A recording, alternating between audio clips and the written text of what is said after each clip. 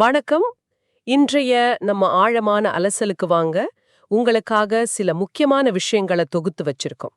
இன்னைக்கு இந்தியா எதிர்கொள்ற சில சிக்கல்கள், வாய்ப்புகள் பத்தி பேசப் போறோம். ஆமாங்க. அமெரிக்காவோட வர்த்தக பிரச்சனை, அப்புறம் நம்ம நீதித்துறையோட ஒரு முக்கியமான பார்வை, பொருளாதாரம், ஆழ்கடல் ஆய்வு, அறிவியல்னு பல விஷயங்களை தொடப் போறோம். முக்கியமா இந்த தகவல்களுக்கு இடையில இருக்கிற தொடர்புகளை வெளிச்சம் போட்டு காட்டணும், இல்லையா? எது முக்கியம்னு உங்களுக்கு புரிய வைக்கணும். அதானே நோக்கம்? கரெக்ட். வாங்க உள்ள போலாம். உங்களுக்காகவே இந்த அலசல். சரி, முதல்ல இந்தியா அமெரிக்காவுக்கு இடையில இந்த மக்காச்சோள விஷயமா ஒரு சர்ச்சை கிளம்பியிருக்கு போல. அமெரிக்க வர்த்தக செயலாளர் என்ன சொல்றாரு? ஆமா, ஹோவர்ட் லுட்னிக். அவர் என்ன சொல்றாருன்னா, இந்தியா அமெரிக்கா மக்காச்சோளத்தை வாங்க மறுக்குது, அதுவும் ரொம்ப குறைவா வாங்குதுன்னு ஒரு குற்றச்சாட்டு வைக்கிறாரு. ஓ, ஒரு வழி பாதை வர்த்தகம் மாதிரி இருக்குன்னு சொல்றாரா? அதேதான். இந்தியா இவ்ளோ பெரிய நாடு, 1.4 பில்லியன் மக்கள் தொகை இருக்கு. ஆனா அமெரிக்கா கிட்ட இருந்து கொஞ்சம் கூட வாங்க மாட்டேங்கிறீங்கன்னு சொல்றாரு. ஆனா நிஜத்துல என்ன நிலவரம்? நம்ம அமெரிக்கா கிட்ட இருந்து மக்காச்சோளம் வாங்கவே இல்லையா? இல்ல, வாங்குறோம். ஆனா ரொம்ப ரொம்ப கம்மி. இப்போ 2024-25 கணக்க பாத்தீங்கன்னா, நாம இறக்குமதி செஞ்ச சுமார் 1 மில்லியன் டன்ல அமெரிக்கா கிட்ட இருந்து வந்தது வெறும் 1100 டன் தான். வெறும் 1100 டன்னா? அப்போ மீதி எங்க இருந்து வந்தது? பெரும்பகுதி, அதாவது பாதிக்கு மேல மியான்மர்ல இருந்து வந்துச்சு. ஒரு 0.53 மில்லியன் டன்.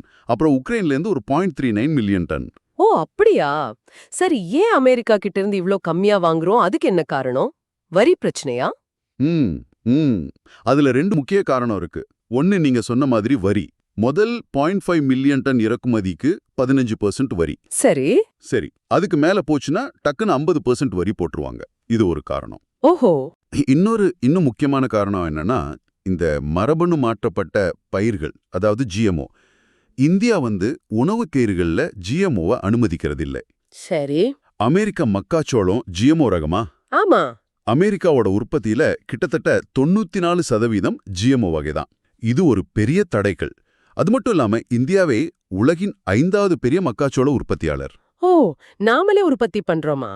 ஆமா, பெரும்பாலும் நம்ம தேவைக்கு நாமளே உற்பத்தி செஞ்சுக்கிறோம். அதனால இங்க இருக்கிற சின்ன விவசாயிகளை வெளிநாட்டு இறக்குமதியிலிருந்து பாதுகாக்கணும்னு அரசாங்கம் நினைக்குது. புரியுது புரியுது. உள்நாட்டு விவசாயிகளோட நலனும் முக்கியம். ஆனா அமெரிக்கா ஏன் இவ்ளோ அழுத்தம் கொடுக்குது? அவங்களுக்கு என்ன பிரச்சனை? அது ஒரு நல்ல கேள்வி. அமெரிக்கா தான் உலகத்திலே பெரிய உற்பத்தியாளர், ஏற்றுமதியாளர். அதுல சந்தேகமே இல்ல. ஆனா அவங்களோட பெரிய கஸ்டமர் சீனா இருந்தாங்க. ஆமா. இப்போ சீனா அமெரிக்கா கிட்ட இருந்து மக்காச்சோளம் வாங்குறத பயங்கரமா குறைச்சிட்டாங்க. அப்படியா? எவ்ளோ குறைஞ்சிருக்கு?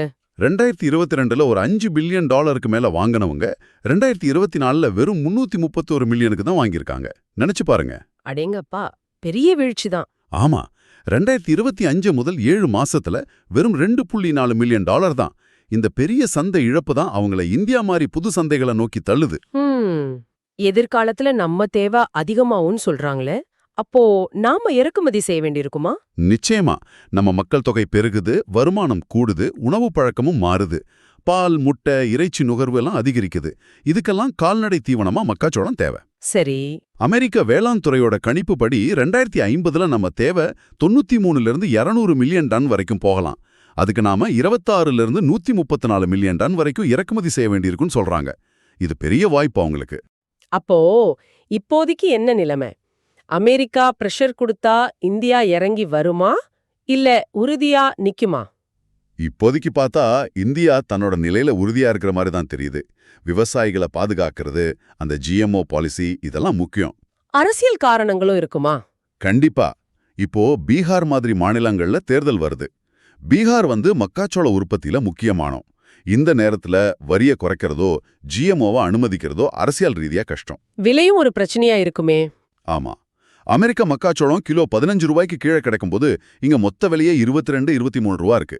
அரசாங்கத்தோட குறைந்தபட்ச ஆதரவு விலை எம்எஸ்பி வேற 24 ரூபா இருக்கு. 2025-26க்கு. ஓஹோ, பெரிய வித்தியாசம். ஆமா, அதனால உள்நாட்டு அரசியல், பொருளாதாரம் எல்லாத்தையும் பார்க்கும்போது இந்தியா இப்போதைக்கு விட்டு கொடுக்க வாய்ப்பு கம்மி. ஆனா அமெரிக்கா அழுத்தம் கொடுத்துக்கிட்டே இருப்பாங்க. இது ஒரு சிக்கலான உலக வர்த்தக போராட்டமா இருக்கு. சரி, இது வெளிநாட்டு உறவு. நாட்டுக்குள்ள சமூக நீதி சம்பந்தமா ஒரு முக்கியமான தீர்ப்பு வந்திருக்குன்னு சொன்னீங்களே, கிரண் வெர்சஸ் ராஜ்குமார் ஜீவராஜ் ஜெயின் வழக்கு. ஆமா, இது 2024 நவம்பர்ல நடந்த ஒரு சம்பவம் பத்தின வழக்கு. ஒரு சட்டமன்ற தேர்தல்ல குறிப்பிட்ட வேட்பாளருக்கு ஓட்டு போடலன்னு சொல்லி ஒரு பட்டியலினத்தவரையும் அவர் குடும்பத்தையும் சில பேர் தாக்கி ஜாதி பேரை சொல்லி திட்டினதா ஒரு எஃப்ஐஆர் போட்டாங்க. சரி. இந்த கேஸ்ல குற்றம் சாட்டப்பட்டவங்களுக்கு பாம்பே ஹைகோர்ட் முன்ஜாமீன் கொடுத்துட்டாங்க. அதாவது அரெஸ்ட் பண்றதுக்கு முன்னாடியே பெயில். ஓ, அது எதிர்த்து சுப்ரீம் கோர்ட் போனாங்களா? ஆமா, பாதிக்கப்பட்டவங்க சுப்ரீம் கோர்ட் போனாங்க. தலைமை நீதிபதி PR கவாய் தலைமையில் இருந்த பெஞ்ச் வந்து ஹைகோர்ட் ஆர்டரை ரத்து பண்ணிட்டாங்க. ரத்து பண்ணிட்டாங்களா? ஏன்? அவங்க என்ன சொன்னாங்கன்னா, SC/ST வன்கொடுமை தடுப்பு சட்டம் 1989 இருக்கு இல்லையா, ஆமா. அதுல செக்ஷன் 18 ஒன்னு இருக்கு. அதுபடி ஒரு கேஸ்ல முதல் பார்வையிலேயே குற்றம் நடந்திருக்க வாய்ப்பு இருக்கு. அதாவது பிரைமா ஃபெசி கேஸ் இருந்துச்சுன்னா முன்ஜாமீன் கொடுக்க கூடாதுன்னு சட்டம் சொல்லுது. பிரைமா ஃபேசி கேஸ்னா என்ன? கொஞ்சம் விளக்கமா சொல்லுங்களேன். அதாவது முதல் கட்ட ஆதாரங்களை வச்சு பார்க்கும்போது குற்றம் நடந்திருக்கலான்னு நம்புறதுக்கு இடம் இருக்குன்னு அர்த்தம். FIR மத்த சாட்சியங்களை வச்சு பார்ப்பாங்க. சரி, இந்த SC/ST சட்டம் செக்ஷன் 18 பத்தி இன்னும் கொஞ்சம் சொல்லுங்களேன். ஏன் முன்ஜாமீனுக்கு இந்த தடை? இந்த சட்டத்தோட நோக்கமே பட்டியல் சாதி பழங்குடியின மக்களை ஜாதி ரீதியான கொடுமைகள்ல இருந்து பாதுகாக்கிறது தான். ஜாதி பேரை சொல்லி திட்டுறது, ஊரை விட்டு ஒதுக்கி வைக்கிறது, நிலத்தை அபகரிக்கிறது, பாலியல் வன்கொடுமைன்னு பல குற்றங்கள் இதுக்கு கீழே வரும். ம். வெளியில இருந்தா பாதிக்கப்பட்டவங்களையோ சாட்சிகளையோ மிரட்ட வாய்ப்பு இருக்கு. நியாயமான விசாரணை நடக்காது. அதை தடுக்கத்தான் இந்த செக்ஷன் 18. ஆனா முன்ஜாமீன் மறுக்கிறது அடிப்படை உரிமைக்கு எதிரானதுன்னு ஒரு வாதம் இருக்கே. இருக்கு. ஆனா சுப்ரீம் கோர்ட் அதையும் பார்த்திருக்கு. இந்த செக்ஷன் 18 வந்து அரசியல் சட்டத்தோட ஆர்டிகல் 14 சம உரிமை இல்ல ஆர்டிகல் 21 வாழ்வுரிமைக்கு எதிரானது இல்லைன்னு பல தடவை சொல்லியிருக்காங்க. ஏன் அப்படி? ஏன்னா இது வந்து எல்லா குற்றங்களுக்கும் பொருந்தாது. ஜாதி அடிப்படையிலான பாகுபாடுங்கிற ஒரு குறிப்பிட்ட தனி வகையான குற்றத்துக்கு மட்டும்தான் இந்த சிறப்பு விதி. அப்புறம் கோர்ட் வந்து முன்ஜாமீன் ஸ்டேஜ்ல ஒரு சின்ன விசாரணையே நடத்தக்கூடாது. பிரைமா ஃபேஷியா கேஸ் இருக்கா இல்லையான்னு மட்டும் பார்த்தா போதும்னு சொல்லியிருக்காங்க. இந்த குறிப்பிட்ட கேஸ்ல ஏன் முன்ஜாமீன் மறுக்கப்பட்டுச்சு? வேற என்ன காரணங்கள் சொன்னாங்க கோர்ட்? இந்த கேஸ்ல ஜாதி பேரை சொல்லி திட்டுனது மட்டும் இல்லாம அதை வந்து பாதிக்கப்பட்ட ஒரு வீட்டுக்கு வெளியே மத்தவங்க பாக்குற மாதிரி, அதாவது பப்ளிக் வியூல செஞ்சிருக்காங்க. ஓ, பொது இடத்துலயா? ஆமா. அப்புறம் ஓட்டு போடலங்கிற காரணத்துக்காக தாக்குனது, ம். இதுவும் சட்டப்படி குற்றம். பிரிவு 3(1)(o). இதெல்லாம் வச்சு பார்க்கும்போது இது தெளிவா SC/ST சட்டத்துக்கு கீழே வருது. அதனால முன்ஜாமீன் கிடையாதுன்னு சொல்லிட்டாங்க. சரி. கூடவே சாட்சிகள், கைப்பற்றின ஆயுதங்கள், மெடிக்கல் ரிப்போர்ட் எல்லாம் கேஸுக்கு வலு சேர்க்குதுன்னு கோர்ட் சொன்னாங்க. ஹைகோர்ட் வந்து முன்ஜாமீன் ஸ்டேஜ்ல ஆதாரங்களை ரொம்ப ஆராய்ஞ்சது தப்புன்னு சொல்லியிருக்காங்க. அப்போ இந்த தீர்ப்போட முக்கியத்துவம் என்ன? நடைமுறையில் என்ன தாக்கம் இருக்கும்? இது ரொம்ப ரொம்ப முக்கியமான தீர்ப்பு. SC/ST சட்டம் வந்து சும்மா ஒரு சட்டம் இல்ல, அது நிஜமாவே பாதிக்கப்பட்ட மக்களுக்கு ஒரு பாதுகாப்பு கவசம், அவங்க கண்ணியத்தை காக்குற ஒரு கருவின்னு இந்த தீர்ப்பு மறுபடியும் உறுதி செய்யுது. ம். முன்ஜாமீன் மறுப்புங்கிறது சாட்சிகளை மிரட்டுறதை தடுக்கிற ஒரு அவசியமான நடவடிக்கை. அது சட்டப்படி சரிதான அழுத்தமா சொல்லுது. சட்டத்தோட நோக்கத்தை இது சரியா நிலைநாட்டுது. சமூக நீதிய சட்டம் மூலம் பாதுகாக்கிறது ஒரு பக்கம். இன்னொரு பக்கம் பொருளாதார வளர்ச்சி. அதுவும் எல்லாரையும் உள்ளடக்கிய வளர்ச்சி. ஆனா பெண்கள் பங்களிப்பு ரொம்ப கம்மியா இருக்குன்னு சொல்றீங்களே, இது எப்படி நம்ம பொருளாதாரத்தை பாதிக்குது? இது நிஜமாவே நம்ம கவனிக்க வேண்டிய விஷயம். இந்தியாவோட பொருளாதாரம் வளரணும்னா பெண்களோட பங்களிப்பு ரொம்ப முக்கியம். ஆனா நிலைமை என்னன்னா, நம்ம GDPல பெண்களோட பங்களிப்பு வெறும் 18% தான். வெறும் 18% தானா? ஆமா. யோசிச்சு பாருங்க, வேலை செய்யற வயசுல தகுதியோட இருக்கிற சுமார் 196 மில்லியன் பெண்கள் இன்னும் வேலைக்கே வராம இருக்காங்க. லேபர் ஃபோர்ஸ்லே இல்ல. அடேங்கப்பா, 196 மில்லியனா? ஆமா. இப்போ பெண் தொழிலாளர் பங்கேற்பு விகிதம் LFPR கொஞ்சம் ஏறி 41.7% சொல்றாங்க. ஆனா அதுலயும் முறையான வேலைகள்ல, அதாவது ஆர்கனைஸ்டு செக்டார்ல இருக்கிறவங்க வெறும் 18% தான். இது பெரிய இடைவெளி இல்லையா? ஆமா, நிச்சயமா. இத சரி செய்ய என்ன பண்றாங்க? உத்தரப்பிரதேஷ்ல ஒரு குறியீடு WEE இண்டெக்ஸ் கொண்டு வந்தாங்களாமே, அது என்னது? ஆமா. Women's economic empowerment index, WEE index. இந்தியாலே முறையா உத்தரப்பிரதேஷ் தான் இதை கொண்டு வந்திருக்காங்க. இது என்ன பண்ணுதுன்னா, மாவட்ட வாரியா 5 முக்கிய துறைகள்ல பெண்களோட பங்களிப்பு எப்படி இருக்குன்னு பாக்குது. என்னென்ன துறைகள்? வேலைவாய்ப்பு, கல்வி மற்றும் திறன்கள், தொழில் முனைவு, அப்புறம் அவங்க வாழ்வாதாரம், சுதந்திரமா வெளியில போக முடியுதாங்கிறது மொபிலிட்டி, பாதுகாப்பு, உள்கட்டமைப்பு வசதிகள், இதெல்லாம். இதனால என்ன பிரயோஜனம்? எப்படி உதவுது? இது வந்து நிர்வாகத்துல ஒரு பாலின பார்வையை கொண்டு வருது. பொதுவா பெரிய டேட்டாக்குள்ள மறைஞ்சு போல சின்ன சின்ன பாலின இடைவெளிகளை இது சரியா கண்டுபிடிச்சு காட்டுது. ஒரு உதாரணம் சொல்ல முடியுமா? நடைமுறையில எப்படி உதவி இருக்கு? கண்டிப்பா. இப்போ டிரான்ஸ்போர்ட் துறையில பெண் கண்டக்டர், டிரைவர்லாம் ரொம்ப ரொம்ப கம்மியா இருந்தது இது மூலமா தெரிஞ்சது. சரி. உடனே அவங்கள இந்த வேலைக்கு எடுக்கிறதுக்கான ஆட்சேப்பு முறையில மாற்றம் கொண்டு வந்தாங்க. அவங்களுக்கு தேவையான டாய்லெட் வசதி மாதிரி அடிப்படை விஷயங்களை சரி பண்ணாங்க. ஓ, நல்ல விஷயம்தான். அதே மாதிரி ஸ்கில் ட்ரைனிங்ல பொண்ணுங்க நிறைய பேர் சேர்ந்தாலும் ரொம்ப கம்மியான பேர்லாம் பிசினஸ் ஆரம்பிக்கிறாங்க இல்ல லோன் வாங்குறாங்கன்னு இது காட்டுச்சு. என்ன தடைகள் இருக்குன்னு யோசிக்க வச்சது. அப்போ இந்த மாதிரி குறியீடு மட்டும் போதுமா, இல்ல இன்னும் ஆழமா டேட்டா வேணுமா? பாலின பட்ஜெட் பத்தியும் பேசுறாங்களே. ஆமா, குறியீடு ஒரு ஆரம்பம்தான். நிச்சயமா ஜெண்டர் டிஸ்அக்ரிகேட்டட் டேட்டா எல்லா துறைகள்லயும் வேணும். MSMEல இருந்து வீடு கட்டுறது வரைக்கும் எல்லாத்துலயும். சரி. இந்த டேட்டாவை வச்சு என்ன செய்யறதுன்னு உள்ளாட்சி அமைப்புகளுக்கு பயிற்சி கொடுக்கணும். டேட்டாங்கிறது வெறும் நம்பல் மட்டும் இல்ல. பெண்கள் வேலையில நீடிக்கிறாங்களா, ரிட்டென்ஷன், தலைமை பொறுப்புக்கு வர்றாங்களா, குழந்தை பெத்ததுக்கு அப்புறம் வேலைக்கு திரும்ப முடியுதா, வேலையோட தரம் எப்படி இருக்கு, இதெல்லாம் பார்க்கணும். ஸ்கூல் காலேஜ்க்கு அப்புறம் நிறைய பெண்கள் வேலைக்கு போகாம நின்னுடுறாங்கன்னு சொல்றாங்களே. ஆமா, அதுவும் ஒரு பெரிய பிரச்சனை. அதையும் இந்த டேட்டா மூலமா தான் சரியா புரிஞ்சுக்க முடியும். அப்புறம் நீங்க கேட்ட பாலின பட்ஜெட். ஆமா, அது எப்படி இருக்கணும்? அது வெறும் பெண்கள் நல திட்டத்துக்கு பணம் ஒதுக்குறது மட்டும் இல்ல. கல்வி, எரிசக்தி, ரோடு போடுறதுன்னு எல்லா செலவையும் இது பெண்களை எப்படி பாதிக்குது, அவங்களுக்கு சமவாய்ப்பு கொடுக்குதான்னு பார்த்து செய்யணும். ஒவ்வொரு ரூபாயும் பாலின கண்ணோட்டத்தோட செலவு செய்யப்படணும். யூபியோட இந்த WE குறியீட மத்த மாநிலங்களும் பயன்படுத்தலாமா? குறிப்பா பெரிய பொருளாதார இலக்கு வச்சிருக்கிற மாநிலங்கள். நிச்சயமா பயன்படுத்தலாம்.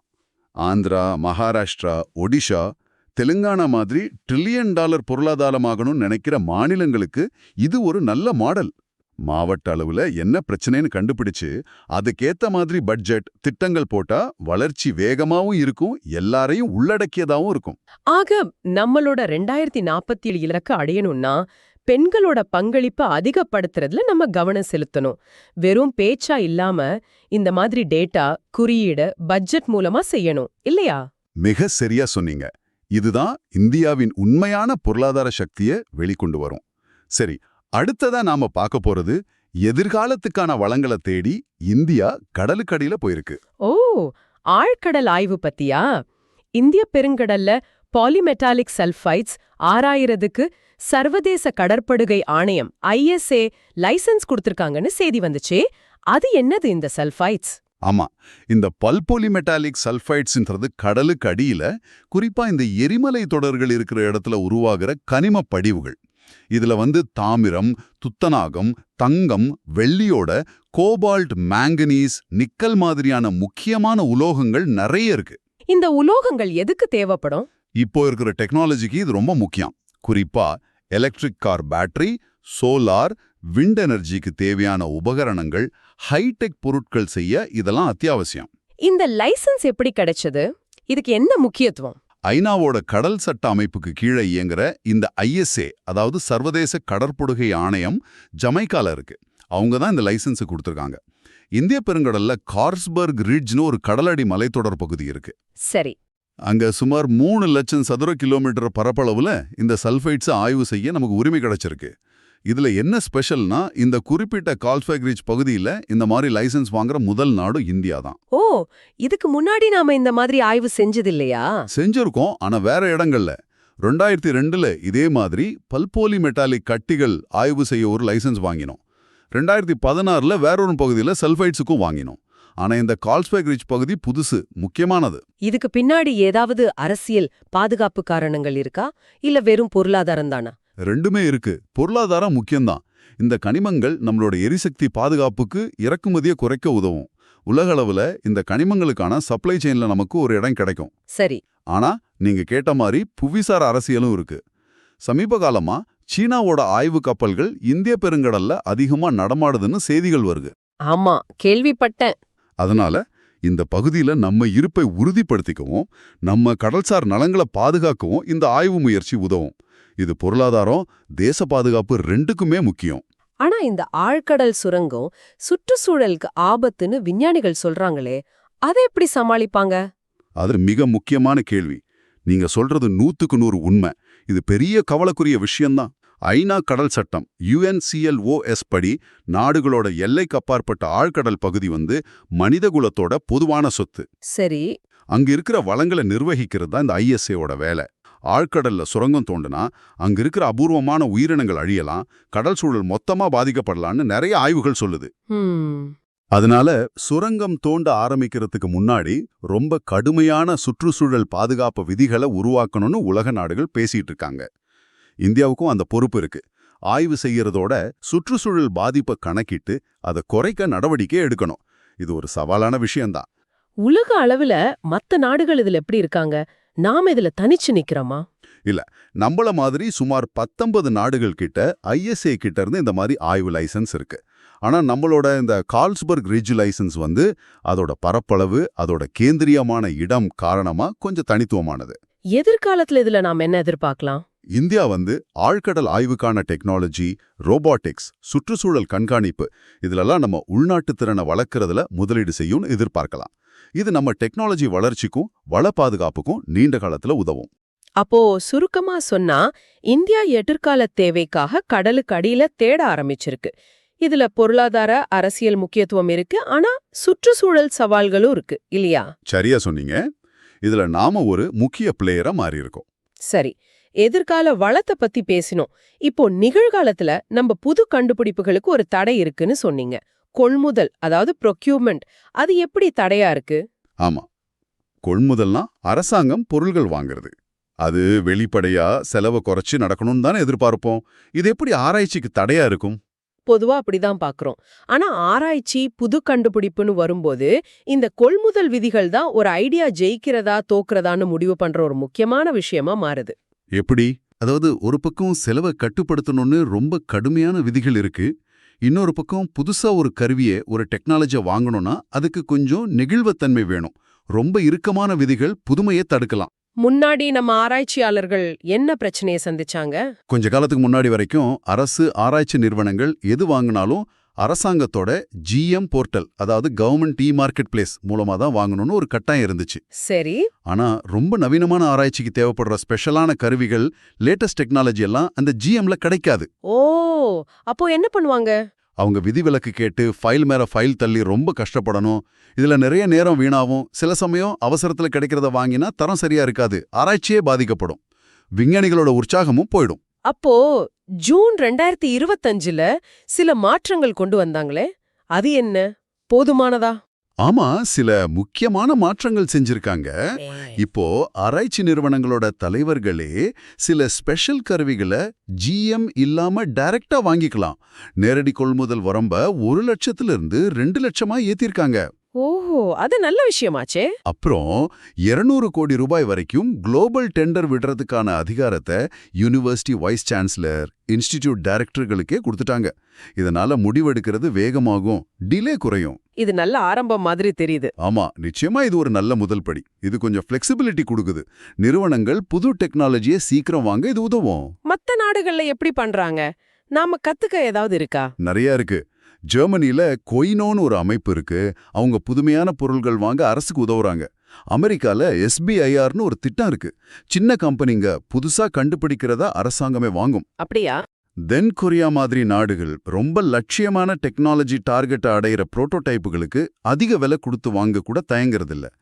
மரியானா மசுகாடோங்கிற பொருளாதார நிபுணர் இத மிஷன் ஓரியன்டட் ப்ரொக்யூர்மெண்ட்னு சொல்றாங்க.